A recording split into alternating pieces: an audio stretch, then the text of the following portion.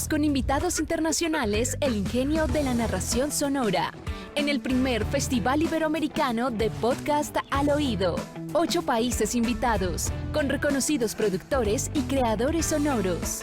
Estados Unidos, Chile, México, España, Argentina, Uruguay, Perú y Colombia.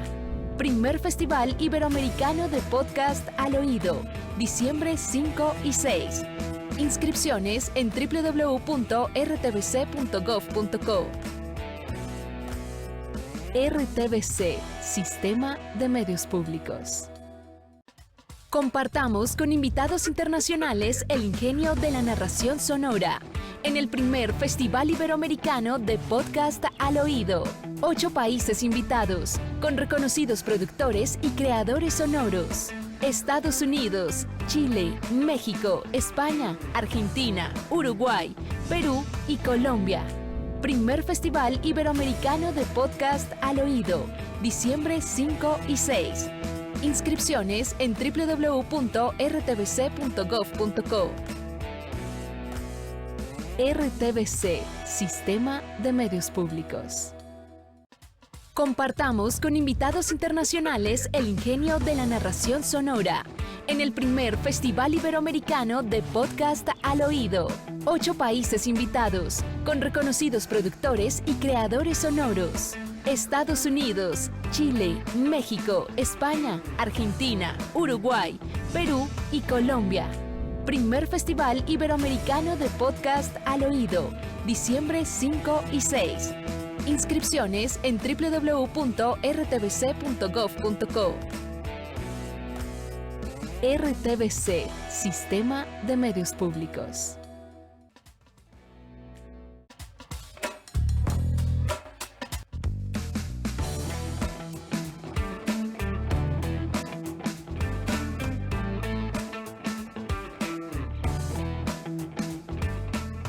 Muy buenos días, sean ustedes bienvenidos y bienvenidas a la segunda fecha de este primer Festival Iberoamericano de Podcast al Oído. Hoy es domingo 6 de diciembre de este extraño 2020 y aquí estamos acompañándolas desde RTBC, Sistema de Medios Públicos. Saludamos a todas nuestras marcas, por supuesto RTBC Play, Radio Nacional de Colombia, Radiónica, Señal Memoria, Señal Colombia y por supuesto Canal Institucional. Ayer tuvimos una sesión, un día inolvidable, 5 talleres, 2 sesiones de escucha, las palabras de nuestro gerente de RTBC, Sistema de Medios Públicos, Álvaro García, y hoy, por supuesto, tendremos también una serie de actividades importantes. Saludos para podcasteros, saludos para la Fundación Gao, por supuesto, para las miles de personas que se han inscrito en este primer Festival Iberoamericano de Podcast al Oído. Hoy tendremos una serie de talleres importantes para, para quienes quieran hacer un podcast, poder animarse y tener muchas de estas coordenadas y muchas pistas, y para quienes realizan podcast, poder potenciar, darle mucha más fuerza o quizá tener mucha inspiración para este proceso. Es un honor, sin duda alguna, que la primera persona que va a realizar un taller hoy aquí con nosotros en el primer Festival Iberoamericano de Podcast es un gran escritor colombiano. Tiene ya un contenido de podcast que se estará publicando oportunamente en RTBC Play para que estén muy atentos y atentas del mismo. Él es Santiago Gamboa. Y esto es bastante especial para mí porque he leído gran parte de la obra de Santiago Gamboa. Entonces, como ustedes imaginarán, tengo un poquito de nervios, en el buen sentido de la palabra, porque uno no todos los días habla con los escritores con los que uno ha podido leer. Apreciado Santiago, qué placer verlo con este taller guión, cómo contar una buena historia. Además, está, por supuesto, como pregunta, cómo contar una buena historia. Como lector, y muy seguramente después como oyente de sus podcasts, estoy muy feliz de saludarlo, Santiago. Muy buenos días, bienvenido al primer Festival Iberoamericano de Podcast. Buenos días, Álvaro, muchas gracias por tu amable presentación y muy buenos días a todas las personas que participan en este Festival Iberoamericano de Podcast, algo sin duda muy importante y muy interesante, apasionante, para decirlo en una palabra. Vamos a iniciar entonces, Santiago, el taller y de verdad estamos muy contentos aquí desde RTBS y Sistema de Medios Públicos. Usted es literalmente la persona que inicia nuestro segundo día de este momento histórico sin lugar a dudas para la historia del podcast. Entonces, Santiago, de nuevo muy buenos días y por supuesto aquí estaremos pendientes de su taller. Bueno, muchas gracias. Sobre el título, que me parece muy interesante de hacer en general, como decía Álvaro muy amablemente, pues yo soy escritor y básicamente me he pasado la vida contando historias, escribiéndolas. Contar una buena historia es el título que tenemos para este taller y eso ya nos permite hacer una pequeña reflexión inicial. ¿Qué es una buena historia? ¿Verdad? Entonces, desde un punto de vista todavía de un narrador que cuenta, todavía no hemos entrado ni siquiera en el detalle de lo que sería un podcast o inclusive una narración literaria o una crónica periodística escrita, porque recordemos que lo escrito y en este caso lo hablado en términos radiales, de alguna manera van de la mano porque recordemos que muchas veces la literatura no se ha escrito para ser leída, sino que se ha escrito para ser oída. Piensen en la poesía, en los orígenes de la poesía. Incluso por eso tiene rima, para que la persona que la tenía que decir de memoria tuviera un modo de recordarla más fácilmente. Era una especie de mnemotecnia. En los inicios, la invención de la rima. Lo mismo sucede con el teatro. El teatro se escribe, pero no se escribe para ser leído, aunque se puede leer, sino que se escribe para ser visto, representado. Entonces, estamos en un universo en donde lo importante es narrar y en donde contar una buena historia de alguna manera nos permite, sin fronteras, poder hacer reflexiones que sirven para la literatura, que sirven para la crónica escrita, pero que también sirven para los podcasts. Porque, como les decía, ¿qué es una buena historia? En el fondo, una buena historia es toda historia que está bien contada, ¿no? Contar una buena historia es un poco lo mismo que decir contar bien cualquier historia. Porque lo que hace que una historia sea memorable es el modo en que está contada, es la manera en que uno la cuenta. Recuerden, el más elemental de las experiencias, la más elemental de las experiencias que hemos tenido tantas veces en la vida, y que tiene que ver, por ejemplo, con el humor. Hay gente que tiene buen humor y que tiene capacidad para contar muy bien los chistes, y gente que no la tiene. Entonces, un excelente chiste en boca de una persona como yo, por ejemplo, que no tiene, digamos, el humor y la capacidad para contar bien los chistes, pues el chiste queda arruinado por maravilloso que sea, por original que sea, por sorpresivo que sea.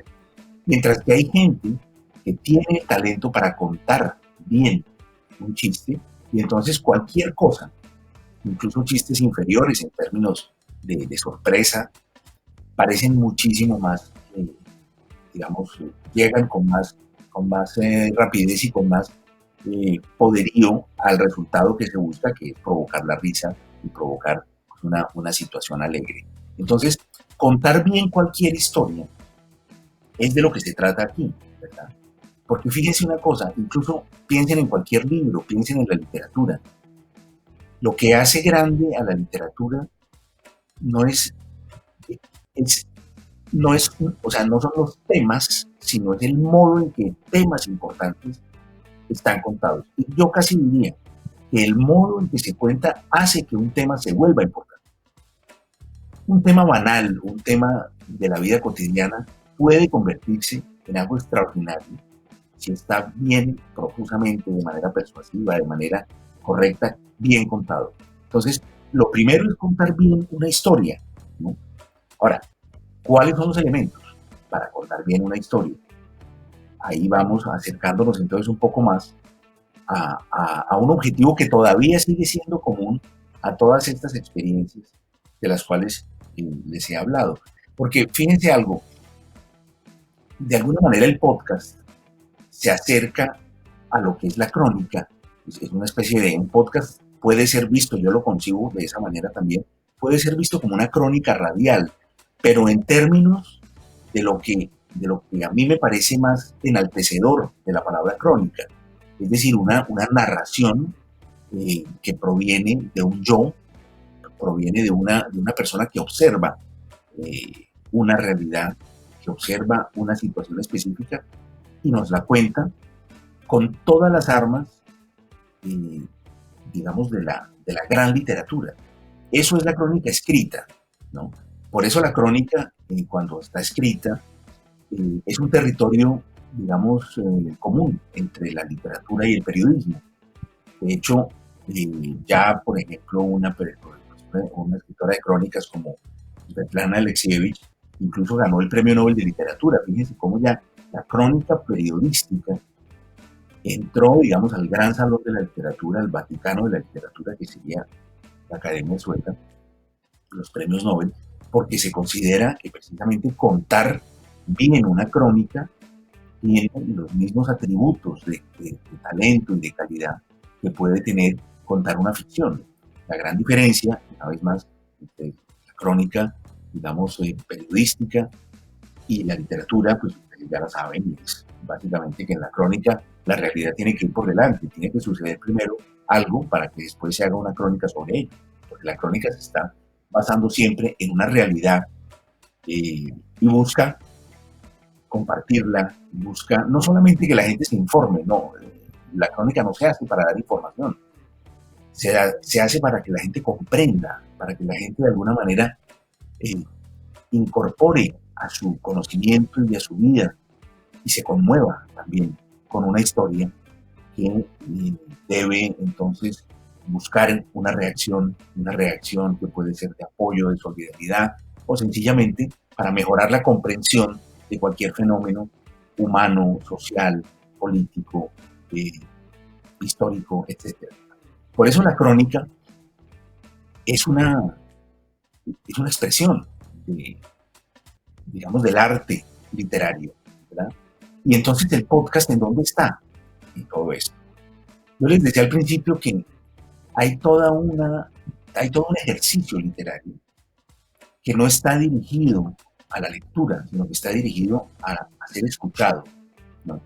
Recuerden inclusive o piénsenlo también en términos de lo que son las religiones. Fíjense cómo las religiones han utilizado muchísimas veces estos mismos procedimientos, es decir, la lectura de fragmentos muy bien elegidos por alguien para que la comunidad los escuche y se convenza y crea en lo que debe creer y en lo que, digamos, hace que estén reunidos en un lugar. Puede ser una iglesia, puede ser una mezquita, puede ser una sinagoga o puede ser un templo un templo hinduista, etcétera.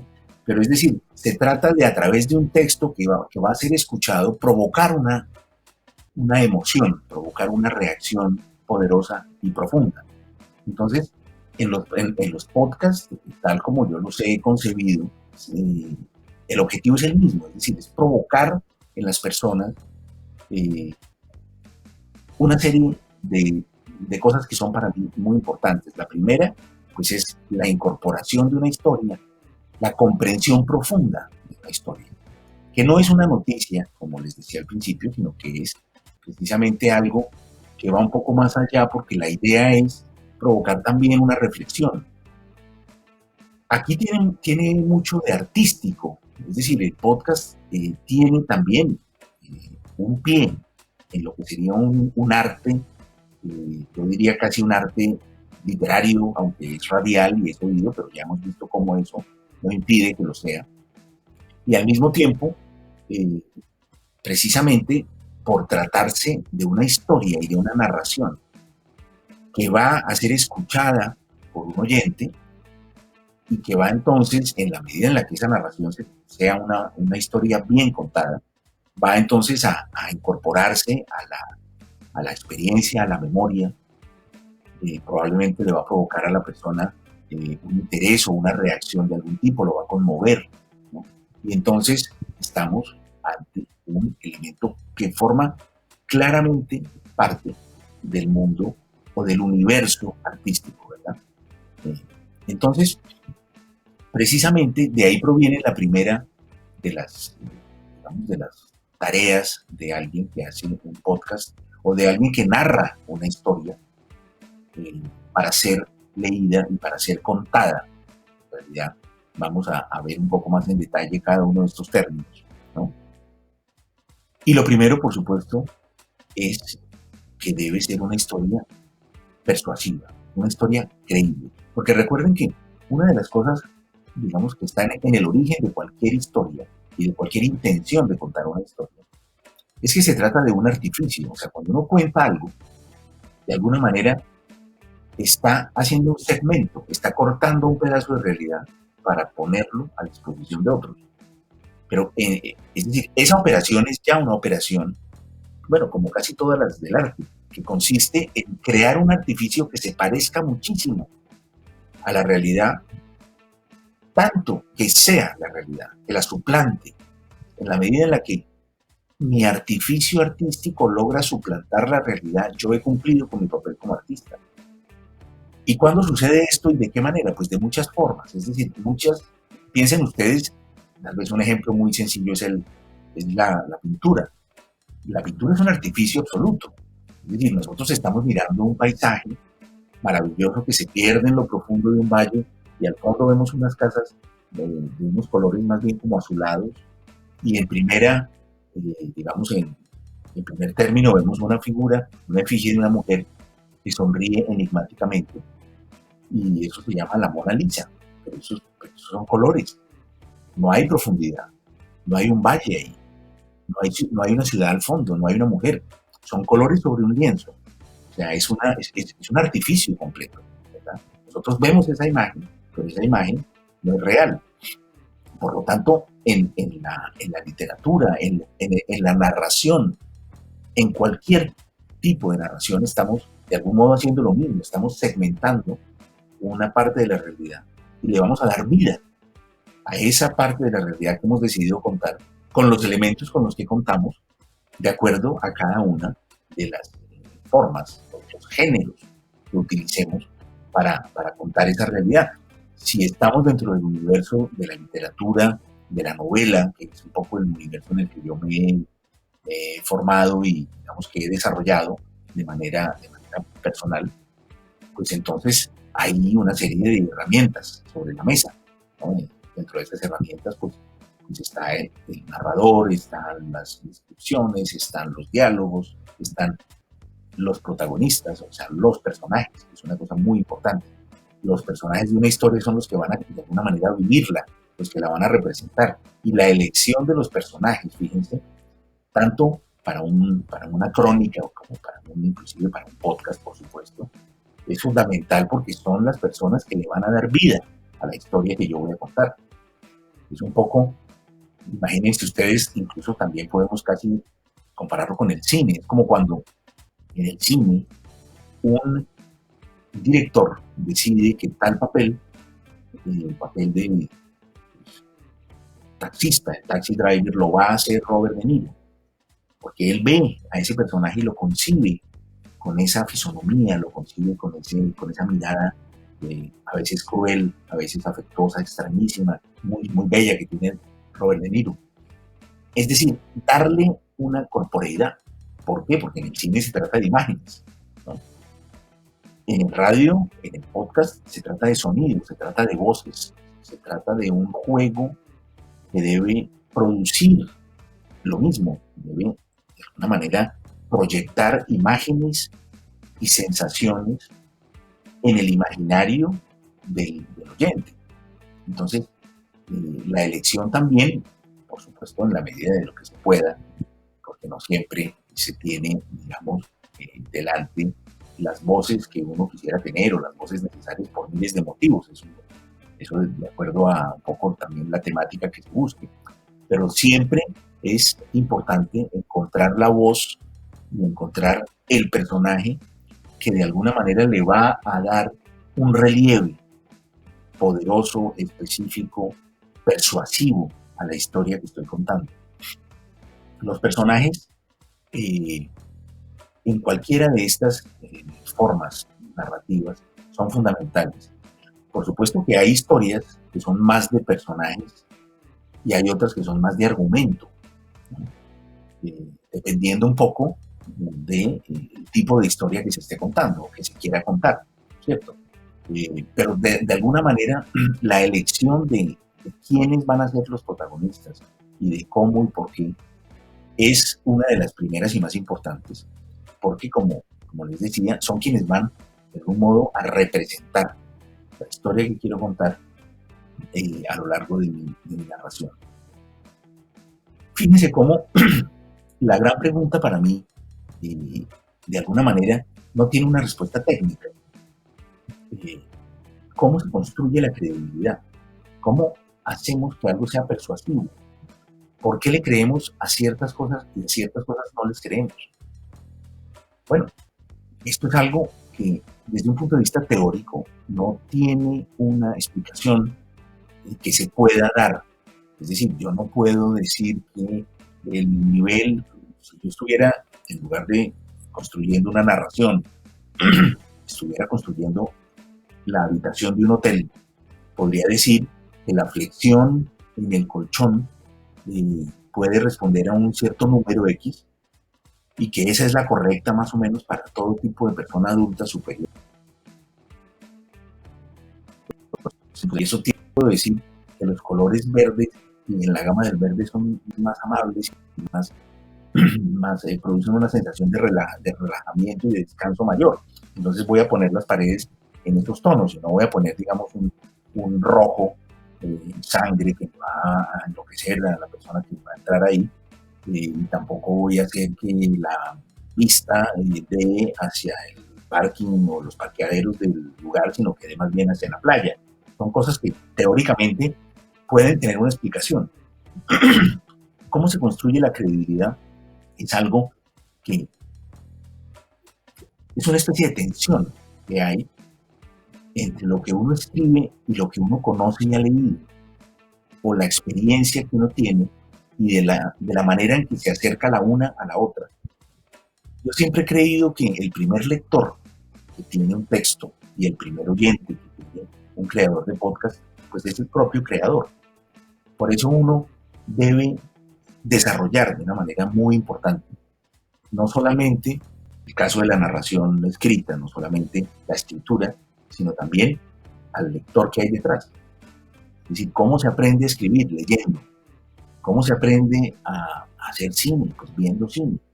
¿Cómo se aprende a hacer podcast? Pues escuchando podcast. Viendo cómo hacen, cómo han hecho aquellas personas que de alguna manera pues nos han a nosotros cautivado con sus historias. ¿Por qué y cómo se producen ciertos efectos? ¿No? La comprensión de algo, y eso tiene también de problemático todo lo que es el universo de las creaciones artísticas. La creación de algo tiene, digamos, la comprensión de un elemento específico tiene un problema, y es que muchas veces es difícil repetirlo, por decir algo, yo puedo estar leyendo una crónica maravillosa de Leila Guerrero o una crónica extraordinaria de Martín Caparrós, una crónica de viajes, y yo comprendo por qué son maravillosas, por qué son creíbles, por qué son intensas y poderosas, y por qué además atraparon mi atención. Lo difícil es poder después eso mismo transportarlo a un texto de producción propia y mía. Pero lo que sí es verdad es que el conocimiento profundo como lector, como oyente, de aquello mismo que yo estoy intentando hacer, va construyendo dentro de mi capacidad crítica, precisamente una antena que de alguna manera vibra y me dice, cuidado, esto lo estás tratando de una manera un poco superficial, detente un poco más en este punto, avanza más rápido ahora, está demasiado lento, detente y regresa atrás porque hay unos datos y hay una información que todavía la persona no tiene. Es decir, el juego de una narración, o sea, el juego de la narrativa de alguna manera se compone de una galería de voces, ¿no?, que la persona que lo está desarrollando debe escuchar y debe ser sensible a todo eso. Fíjense cómo en el tema del podcast, cuáles son las armas que tiene digamos, quien hace un podcast, a diferencia de las que puede tener alguien que sencillamente escribe una narración literaria o una crónica periodística, bueno, tiene todo el universo sonoro, ¿verdad? El universo sonoro que en un texto escrito debe ser sugerido, debe ser, digamos, anunciado cuando se trata de cosas muy directas, o al mismo tiempo debe ser creado al interior de la prosa, en eso que los teóricos un poco de la gramática y de la crítica dicen o han llamado la prosodia. La prosodia es como esa especie de música que uno cree cuando ha leído, escuchar detrás de ciertos autores y que hacen y se terminan por convertir en un sello de marca de esos autores.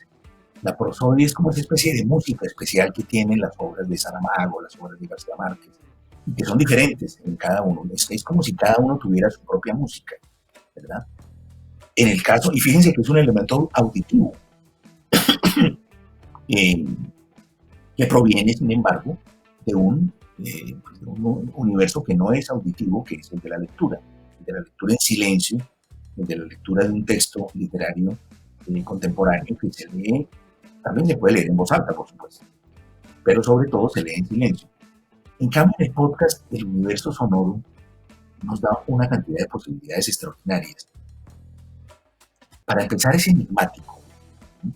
Yo recuerdo cuando era muy niño que existían estas radionovelas. Recuerdo, por ejemplo, Calimán. Había otro que se llamaba Tamacún, me acuerdo. Y eran siempre personajes como en la selva, como versiones criollas de Tarzán. Y entonces, bueno, aunque por supuesto Calimán pues era en la India, no era en Colombia, ni en la selva amazónica, pero era un poco como un universo parecido. Y ese universo estaba poblado de sonidos, de puertas que se abren, de sonidos de animales, de sonidos de ríos, de sonidos de árboles que se mueven por el viento. Y ahí, fíjense ustedes, empieza uno a ser consciente del valor narrativo tan extraordinario que tiene el sonido, ¿verdad? Cuando escuchamos nosotros un río, no el río enorme, gigantesco, el río Magdalena, sino ese pequeño río que se va como perdiendo dentro de las piedras, que va haciendo pozos, que va haciendo chorros, ¿no?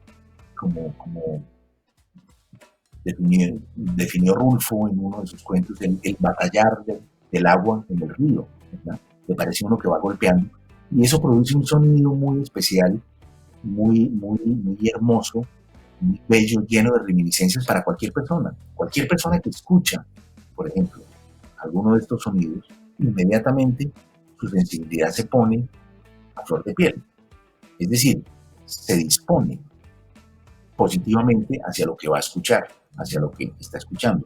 Por eso a mí me parece tan bonito esa especie de enigma que transmite el universo sonoro y que en el mundo del podcast pues, puede enriquecer maravillosamente una historia. Y además hay algo que nos devuelve la infancia, y es el oír una historia. Quienes, bueno, todos hemos sido niños y algunos tuvimos la suerte de haber oído, de haber tenido a alguien que nos contara una historia, y quienes tenemos hijos lo hemos hecho probablemente también. Y sabemos que, por ejemplo, un niño, cuando uno le cuenta una historia a un niño, el niño mira fijamente la boca, porque es por ahí por donde está saliendo la historia. Y él probablemente la ha escuchado ya 10, 20 veces, y él sabe perfectamente cuáles son los momentos que más le gustan de esa historia. Sabe perfectamente si uno cambia algo, una palabra, inmediatamente el niño se da cuenta, porque él ya sabe que la historia tiene que ir de esta manera, se tiene que desarrollar hasta un punto. A veces uno, de acuerdo también a la edad del niño, eso en ciertas edades ya no lo aceptan, pero de acuerdo en edades más pequeñas, esas narraciones a veces tienen sonidos también, ¿no? Uno puede imitar el sonido del caballo. El caballo se imita no por el bufido, sino por el golpe de los cascos en el suelo, mientras que cada animal tradicionalmente se narra con un sonido distinto, producido por algún efecto distinto de su anatomía o por el canto, si es un pájaro, etc. Entonces, todos estos elementos construyen la historia en el imaginario del niño, porque de lo que se trata es de construir una historia para el imaginario de un oyente. De alguna manera aquí estamos en un territorio muy cercano también al de la literatura. La literatura construye una historia para el imaginario de un oyente, pero con otros elementos, pero al final la historia en el imaginario de la persona, cuando esa persona ya se la ha apropiado, cuando la ha incorporado a su vida, a su sensibilidad, pues de alguna manera son muy parecidas. Claro, cuando uno recuerda una historia escuchada en un podcast, uno tiene una memoria de más cosas, o sea, de sonidos, de todo lo que estamos hablando, del timbre y lo que se llama un poco el metal de la voz, ¿no? Así como los niños saben perfectamente que la historia debe en algún momento pasar por acá y debe producir tales y cuáles sonidos en algunos momentos específicos para que su credibilidad sea satisfecha, ¿verdad? Cuando un niño se aburre de oír una historia, en el mismo momento que un adulto, cuando deja de creer en ella, cuando ya la historia no lo convence, cuando no es persuasiva. Entonces fíjense cómo volvemos una y otra vez al mismo elemento. Lo más importante cuando estamos narrando algo es la persuasión, porque es el elemento, es la herramienta que nos permite hacer que el oyente o el lector olvide que se trata de un artificio, que en el fondo es lo que es.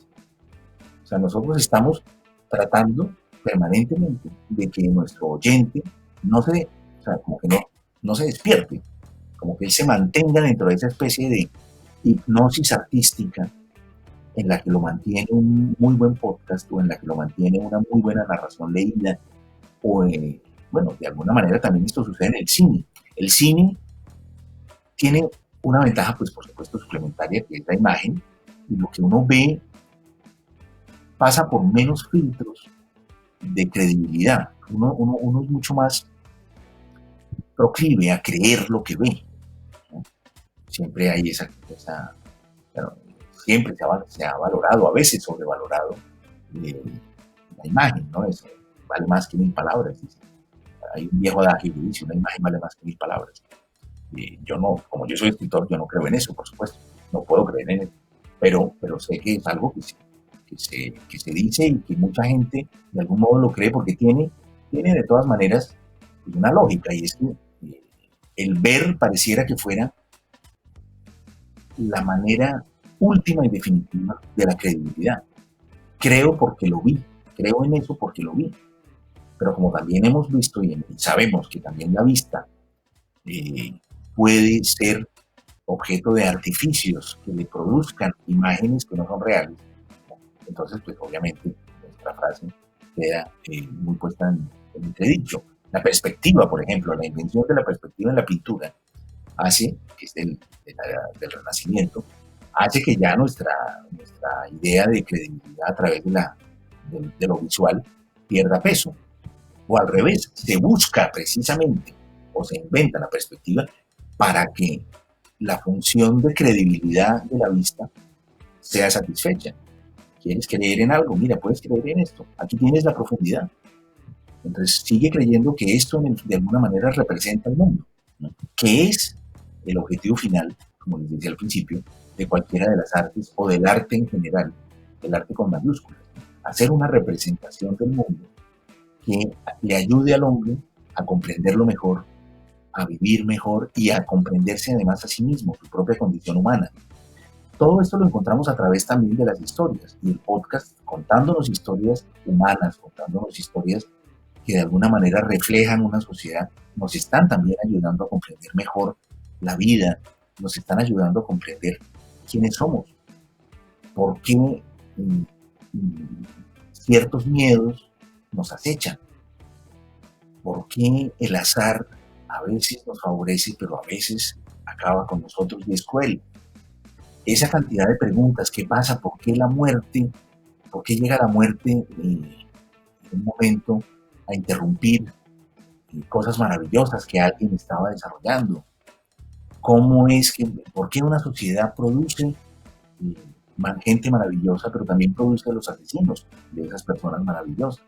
O sea, todo eso Todas esas preguntas extraordinarias que nos ayudan a comprender el mundo, la vida, nuestro propio país, que nos dan identidad, que nos ayudan a responder a esa difícil pregunta de quiénes somos y que probablemente muy de lejos podría incluso ayudarnos a responder la más importante probablemente de todas, que no es ni siquiera quiénes somos, sino qué estamos haciendo aquí, qué vinimos a hacer a este mundo, en este breve espacio en el que vivimos. Entonces, los podcasts tienen la capacidad de proyectarnos a través de una narrativa hacia los temas fundamentales de la vida, de la existencia, de la vida social, de las relaciones humanas, mirar y de alguna manera interrogar el futuro, analizar el pasado, comprenderlo, intentar por lo menos comprenderlo. El pasado nunca termina, porque siempre lo estamos volviendo a visitar, siempre estamos regresando a él para tratar de volver a comprender de dónde es que venimos y por qué es que somos como somos, ¿verdad? Entonces, todos estos recursos con los que cuenta el podcast están proyectados en ese enigmático para mí, pero al mismo tiempo maravilloso mundo, que es el universo sonoro, ¿verdad? Fíjense que una de las, digamos, así como les decía que el cine tiene la pantalla y lo que se proyecta sobre la pantalla es la realidad durante el tiempo en el que estamos sentados en una sala oscura y que espero que muy pronto podamos volver a ir, porque es uno de los lugares que yo más quiero del mundo, que son las salas de cine, pero en donde también, por supuesto, estamos asistiendo a un artificio. En realidad esto es una historia proyectada sobre una tela, ¿no? Y sin embargo, es una ventana del mundo, como todas las artes. Es una ventana del mundo que tiene además unas dimensiones, pero como precisamente lo visual, de algún modo es lo que más se acerca a nuestros criterios básicos de persuasión y credibilidad, de algún modo es una pantalla limitada. La pantalla de la literatura es mucho más grande, es infinita, y la pantalla de los podcasts también es más grande. ¿Por qué? Porque al no estar precisamente delimitada en términos figurativos, pues resulta ser infinita. Y cuando nosotros escuchamos un río, el sonido de un río en una historia, estamos oyendo todos los ríos. No solo los ríos de la geografía, sino también los ríos de la memoria, los ríos del pasado, los ríos de la infancia, los ríos de la literatura. Estamos oyendo todos los ríos.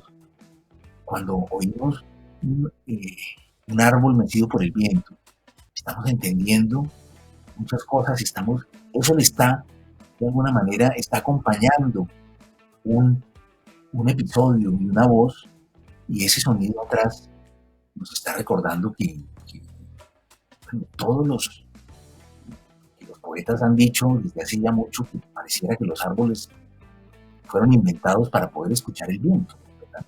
Pues todas estas cosas están dándole pequeños matices a las historias que alguien nos cuenta. Cuando oímos esos ruidos, cuando escuchamos esas voces, cuando oímos sonidos de animales allá atrás, todo eso le está dando un contenido y de alguna manera le está dando como una temperatura a lo que nos está contando una voz. Y eso es infinito, eso es mucho más grande de lo que vemos en una pantalla de cine. Y ahí llegamos, pues obviamente, al punto, probablemente uno de los puntos centrales, que es quién cuenta todo esto. Y ahí tiene mucho que ver con la crónica. El podcast, como la crónica, me refiero a la crónica con intenciones literarias profundas, es siempre un narrador, es alguien que ve una realidad, que llega a un lugar, que se acerca a un problema que tiene una comunidad, se acerca a ese problema para comprenderlo, ¿no? Para explicarlo, para contárselo a los demás. En los podcasts, como en las crónicas, hay un hay un narrador, que es el que le cuenta a los demás, para que lo crean, lo que va a ser el tema y el argumento del podcast. Antes de seguir, me gustaría hacerles una remembranza. Por supuesto que no se hablaba de podcast ni era la intención, pero uno de los momentos más extraordinarios de la historia de la radio, probablemente ya lo han mencionado acá, es el famoso 30 de octubre de 1938, cuando en una retransmisión radial la voz de Orson Welles, famoso actor y director de cine, la voz de Orson Welles irrumpe en un programa y dice lo siguiente, dice: señoras y señores, interrumpimos nuestro programa de baile para comunicarles una noticia de última hora procedente de la agencia Intercontinental Radio. El profesor Farrell del Observatorio de Mount Jennings de Chicago reporta que se ha observado en el planeta Marte algunas explosiones que se dirigen a la Tierra con enorme rapidez. Continuaremos informando. Y es La Guerra de los Mundos de Orson Welles. Es decir, bueno, hay toda una mitología de que mucha gente creyó, o sea, fue tan persuasivo el modo en que presentó las cosas, fue tan extraordinariamente creíble que incluso mucha gente creyó que era verdad, que había, o sea, que venía un ataque de Marte hacia nosotros.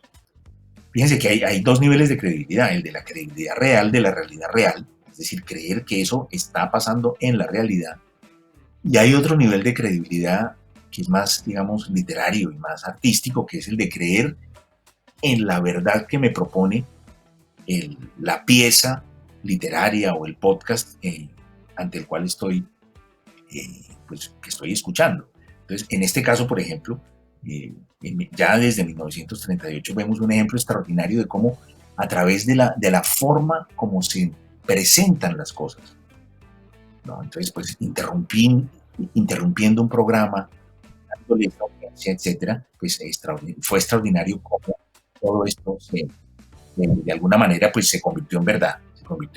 Entonces, y por supuesto, pues, detrás estaba nada menos que Orson Welles, ¿no es cierto? Entonces, pues, uno de los más importantes y creadores, y en fin.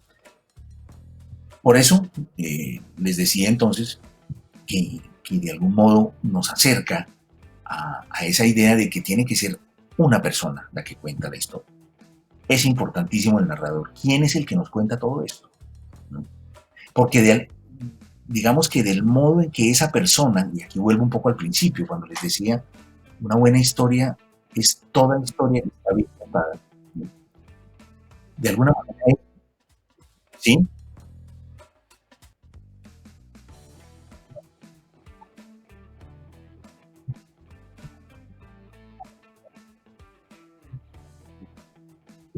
Bueno, pues es que precisamente, bueno, aquí me hacen una pregunta, por eso me interrumpí en un momento.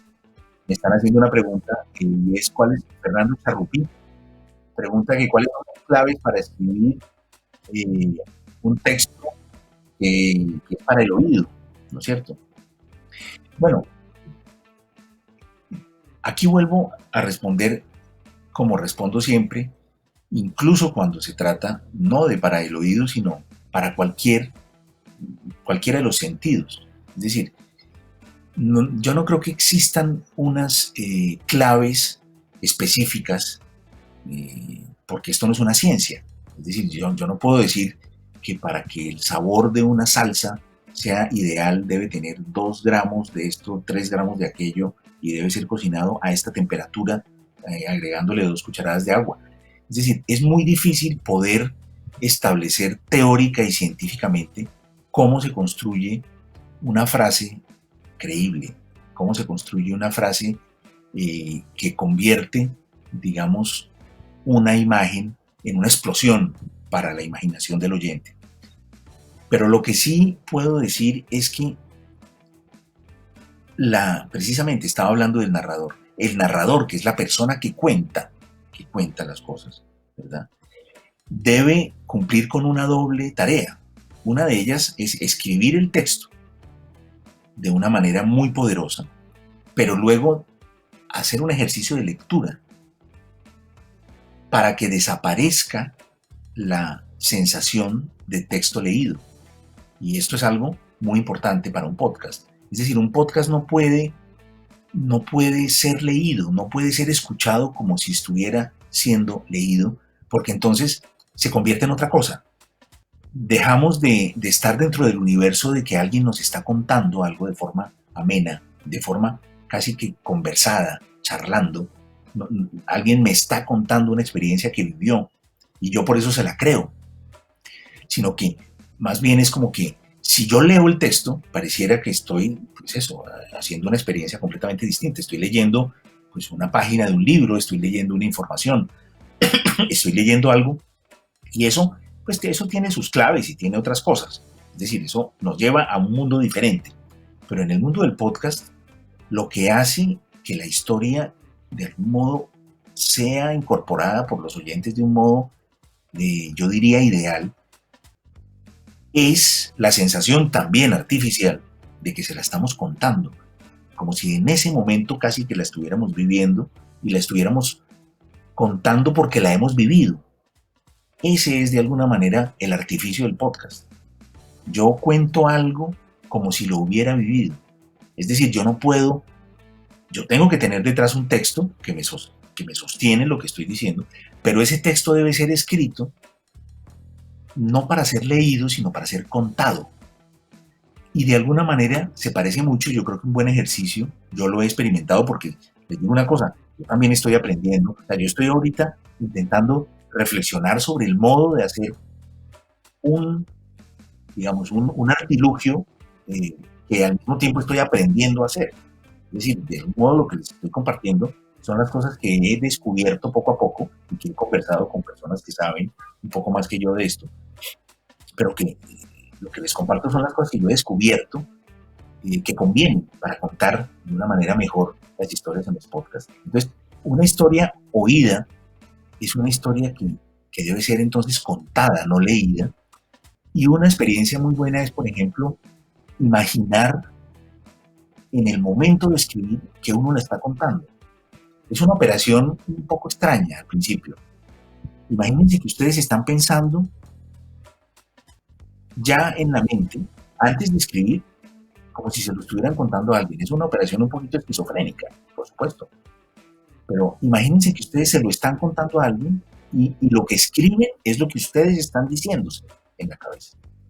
De esa manera se acerca un poco la escritura al modo en que uno lo cuenta, porque por supuesto que hay una serie de, ahí sí, técnicas, pequeñas técnicas un poco teatrales, de lo que es la lectura de un texto para que no se note que está siendo leído, sino para que sea contado. Y el secreto está en las pausas. Es lo que he podido ver y también tuve la suerte de poder tener una reunión con alguien especialista que me hizo ver cómo precisamente el modo en que uno hace pausas, porque fíjense las entonaciones que uno tiene, la capacidad de subir o bajar el tono, de detenerse un momento, de decir con más rapidez algo, producen un efecto contado.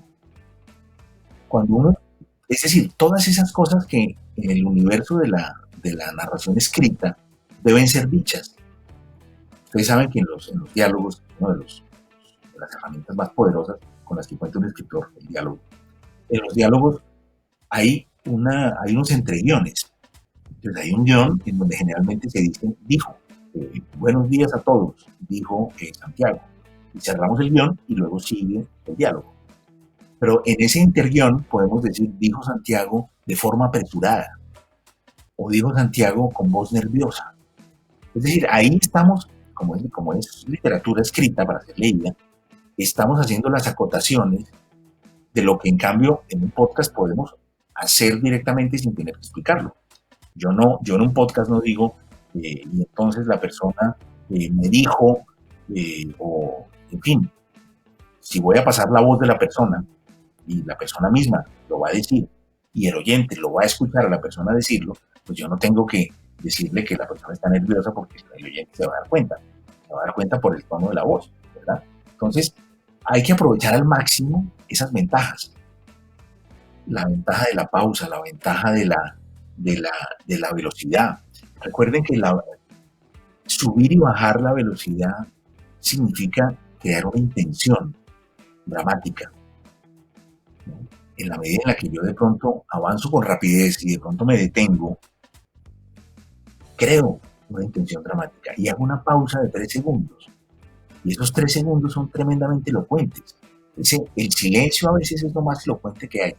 Y todos estos son pequeñas cosas que podemos aprovechar para el bien de una historia, para convertir una historia en algo muchísimo más atractivo, para darle ya no solo credibilidad, sino para hacerla entrañable, memorable, para que las personas, bueno, por eso es tan importante esta historia de Orson Welles, ¿no es cierto? Porque precisamente se convirtió en algo memorable por el modo, por la forma, por la urgencia, la intensidad de la voz, ¿verdad? Con la que fue contada esta historia. Entonces, escribir pensando como si uno lo estuviera contando.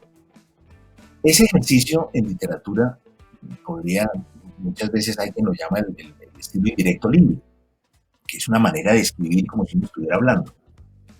Bueno, se acerca mucho a eso, es así, es una especie de estilo indirecto libre, pero aquí hay un secreto y algo muy importante que me decía además mi compañero Juan Carlos Vaquero, y que creo que es una idea muy importante, y es todo esto tiene que ir dirigido a la creación de una especie de presente emocional. Es decir, todo lo que estamos contando tiene que producirle al oyente la sensación de que está pasando en ese momento, de que hay un presente en el momento en el que lo está escuchando. Ese momento siempre es presente, ¿verdad? Esto es algo que a mí me parece extraordinario, porque los elementos con los que cuenta el universo sonoro de algún modo permiten, claro, la reproducción de cosas, y entonces hay una credibilidad muy grande en el hecho de decir, bueno, sí, esto está ocurriendo siempre por primera vez. Es como bueno, fíjense que ese efecto en la literatura también se puede encontrar. Probablemente todos ustedes han leído Crónica de una muerte anunciada. Es uno de los libros que más admiro de García Márquez. Entre otras cosas, ¿saben por qué?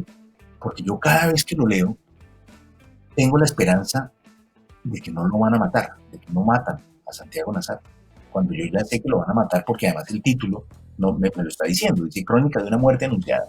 Y sin embargo, cuando uno lee, hay una especie como de presente emocional muy poderoso, y todo el tiempo uno está con la esperanza de que pase algo y no lo maten, que es lo que en el fondo quiere todo el mundo en la historia, incluso los asesinos. Nadie lo quiere matar, pero hay una fuerza de la tradición que los empuja. Bueno, en los podcasts es lo mismo, es decir, hay una especie de presente emocional que es el que le da, además, la estocada final a la idea de credibilidad, ¿cierto? Entonces, al ser hablado, al ser contado, ¿no? Al ser acompañado con unos sonidos que le dan profundidad, que le dan ese matiz intemporal también extraordinario. Esa idea de que no es un río ni es el otro, sino son todos los ríos. Crea una intemporalidad extraordinaria, y entonces, pues, la conjugación de todo eso, ¿no? Debe ser, sin duda, entonces, que el oyente pueda construir la historia en su imaginario.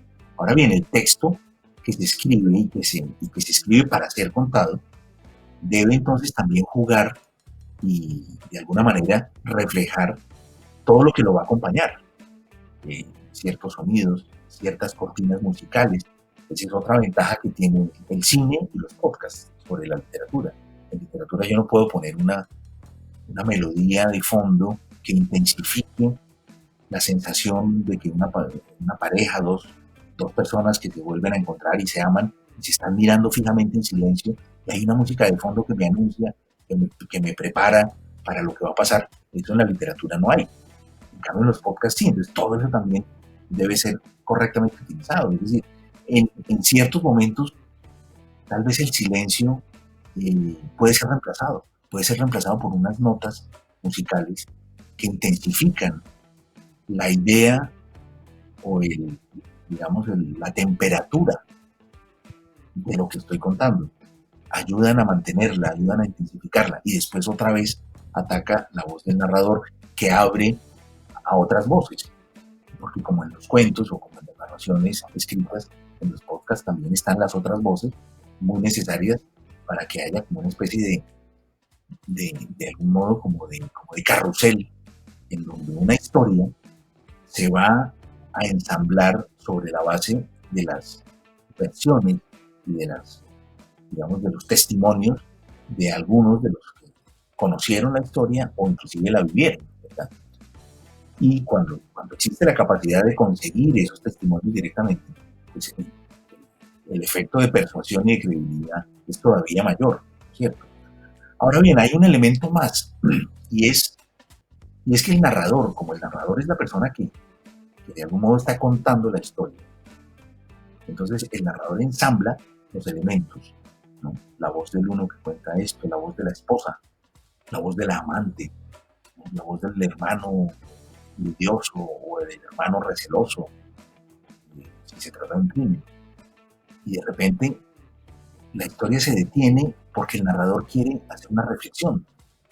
El narrador, al hacer una reflexión propia, porque recordemos, alguien está contando esto, tiene que haber una voz en primera persona que cuente lo que estamos oyendo, ¿verdad? Entonces, de repente, es muy conveniente que el narrador detenga un momento las cosas y reflexione.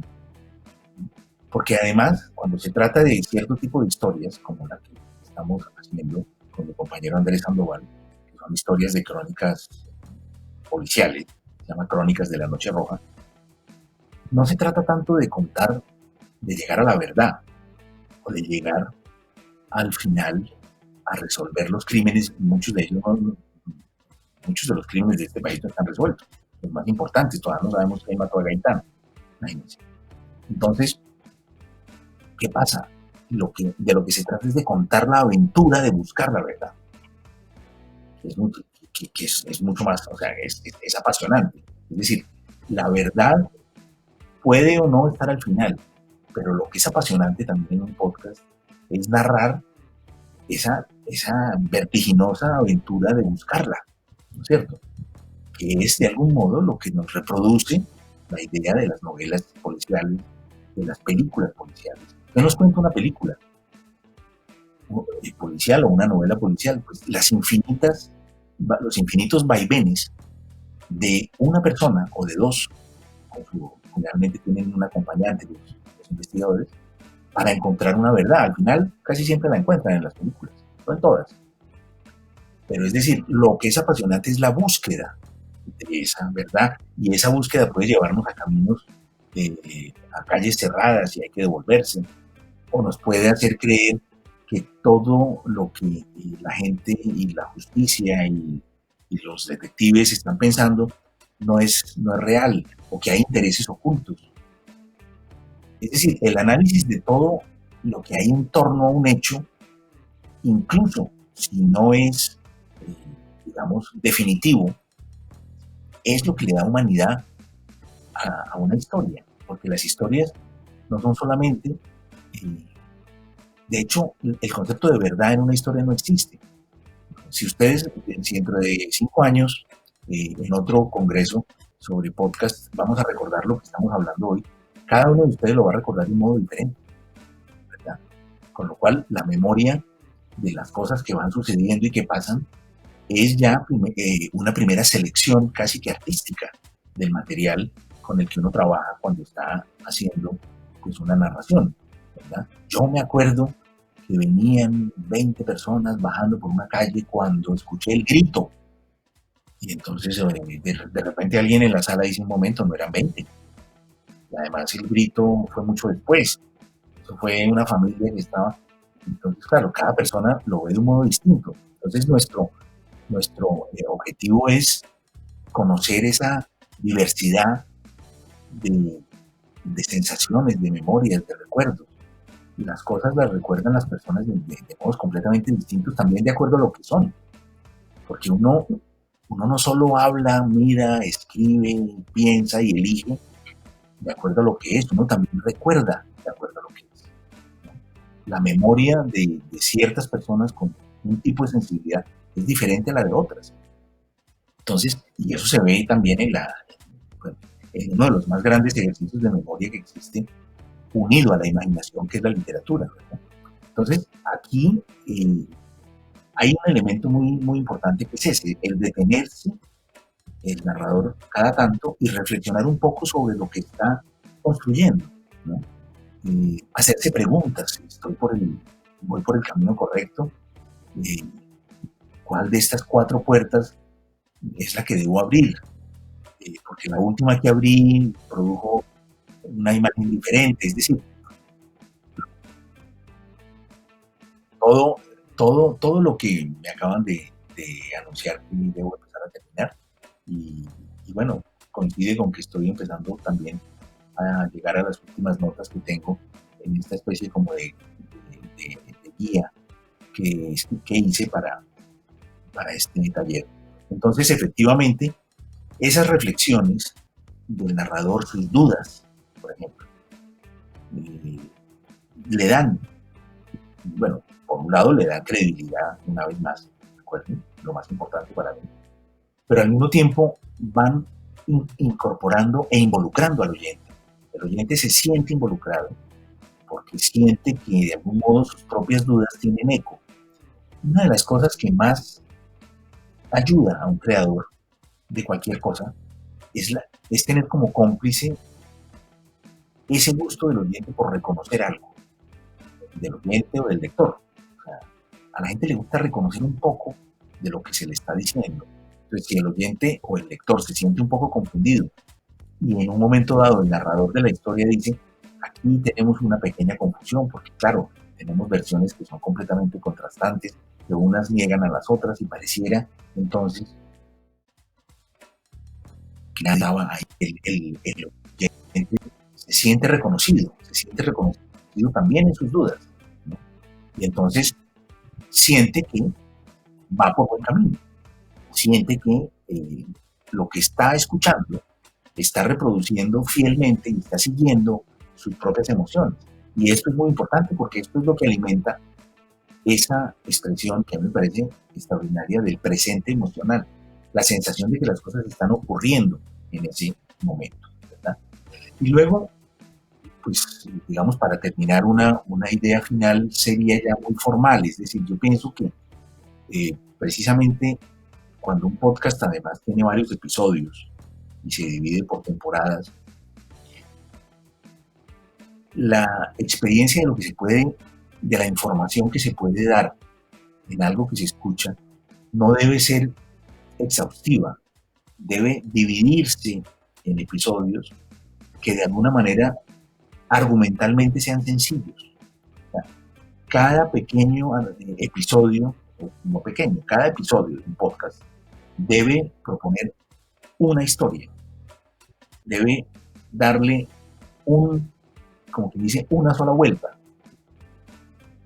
Pretender a veces poner 4 definiciones de algo en un mismo episodio puede entonces producir un efecto de confusión que dónde va a golpear en la credibilidad y en la persuasión, porque también la confusión es enemiga de la sensación de que esto es verdad. Estoy confundido, no entiendo. Eso también es terrible. Entonces, recuerden que las cosas más sencillas muchas veces son las más claras. Y como hay tiempo, porque hay la posibilidad de hacer varios episodios, les conviene que cada episodio sea como una sola pequeña línea argumental, bien desarrollada, profusamente alimentada con voces y de algún modo sonorizada con toda esa maravilla que ofrece el universo sonoro para crear enigma, para crear sensación de perplejidad, etcétera. Y eso, entonces, de esa manera, sumando todos estos elementos, pues yo creo que se pueden hacer extraordinarios episodios y extraordinarias narraciones para ser contadas a través de los podcasts. Y bueno, con esto termino. Ya me están ahí diciendo como se dice, por el interno que debo terminar. Así que les agradezco mucho pues por su atención y a las personas que muchas gracias. ¿Sí?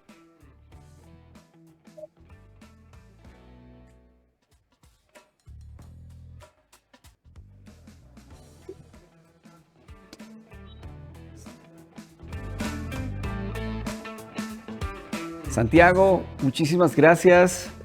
Un fuerte abrazo desde RTBC, Sistema de Medios Públicos. Estuvimos aquí muy atentos y muy pendientes Y como lo ha mencionado, vamos a imaginar qué va a pasar cuando recordemos esta charla dentro de algunos años. Un fuerte abrazo, Santiago, y siempre bienvenido al primer festival o a este gran festival de podcast, Festival Iberoamericano de Podcast desde RTBC, Sistema de Medios Públicos. Un fuerte abrazo a la distancia. Muchas gracias, Álvaro. Un fuerte abrazo para ti, para todos, y bueno, que siga el Festival Iberoamericano de Podcast. Mucha salud, un abrazo, muchas gracias a más por tan extraordinarios libros, y estaré muy atento y estaremos muy atentos a RTBC Play, obviamente todo este viaje suyo también alrededor del lenguaje y lo que significan las narrativas de los podcasts. Un fuerte abrazo, Santiago. Un fuerte abrazo para todos, muchas gracias. Muy bien, continuamos con nuestro primer Festival Iberoamericano de Podcast al Oído. Santiago Gamboa, nada más y nada menos. Tuvimos un taller interesante sobre el guión, más adelante tendremos otro taller. Y además de ello, estaremos comenzando a hacer algo muy interesante en este primer Festival Iberoamericano de Podcast. Tendremos talleres y tendremos muestras. Entonces ustedes pueden escoger el salón que ustedes, pues, esto es maravilloso.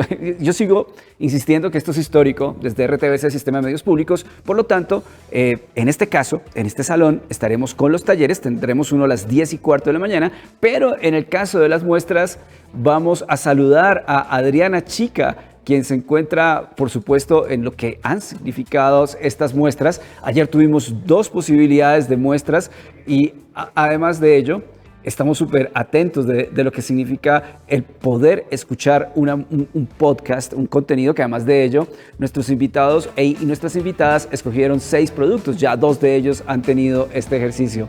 Saludamos ya, entonces, Adriana Chica, un fuerte abrazo para ti, y desde los talleres vamos al lugar de las muestras. Adriana, un gusto saludarte. Álvaro, un gusto. Sí, aquí estamos en el segundo set, en el otro set que tenemos del primer Festival Iberoamericano de Podcast al Oído. Y como ya venías contando, este es el set de las muestras. Quiero contarles un poco cómo fue que decidimos hacer estas muestras. Les pedimos a los invitados de este festival que nos recomendaran un episodio de cualquier podcast y se seleccionaron 6 para que hicieran parte del festival. La idea, y es una idea muy innovadora porque normalmente el podcast se escucha individual, y aquí quisimos escucharlo entre todos para después tener una conversación con los realizadores. Y Álvaro, me acompaña aquí al lado un grato invitado. Además es uno de los anfitriones de este festival que quiero presentarles, Jaime Monsalve. Él es jefe de programación cultural de Radio Nacional de Colombia y es el realizador de uno de los podcasts más escuchados de la radio pública, que es Cultura, Contracultura y Recontracultura. Jaime, un placer saludarte. El gusto es mío, un gran abrazo para usted y para todos quienes están conectando justamente aquí a este Festival Iberoamericano de Podcast al Oído. Realmente es un privilegio para mí. Muy bien, este es el espacio de los talleres. Ya saben ustedes, tenemos espacios de talleres, tenemos espacios de muestras para que sigamos disfrutando de este primer Festival Iberoamericano de Podcast al Oído. RTBC, Sistema de Medios Públicos. Ya regresamos en cuestión de minutos con un segundo taller y es el diseño de sonido. Ya regresamos, aquí seguimos con ustedes. RTBC, Sistema de Medios Públicos.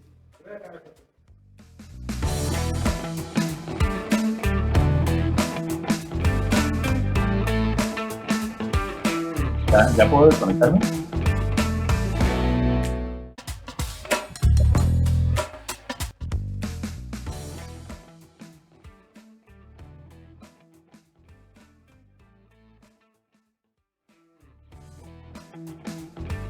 Compartamos con invitados internacionales el ingenio de la narración sonora en el primer Festival Iberoamericano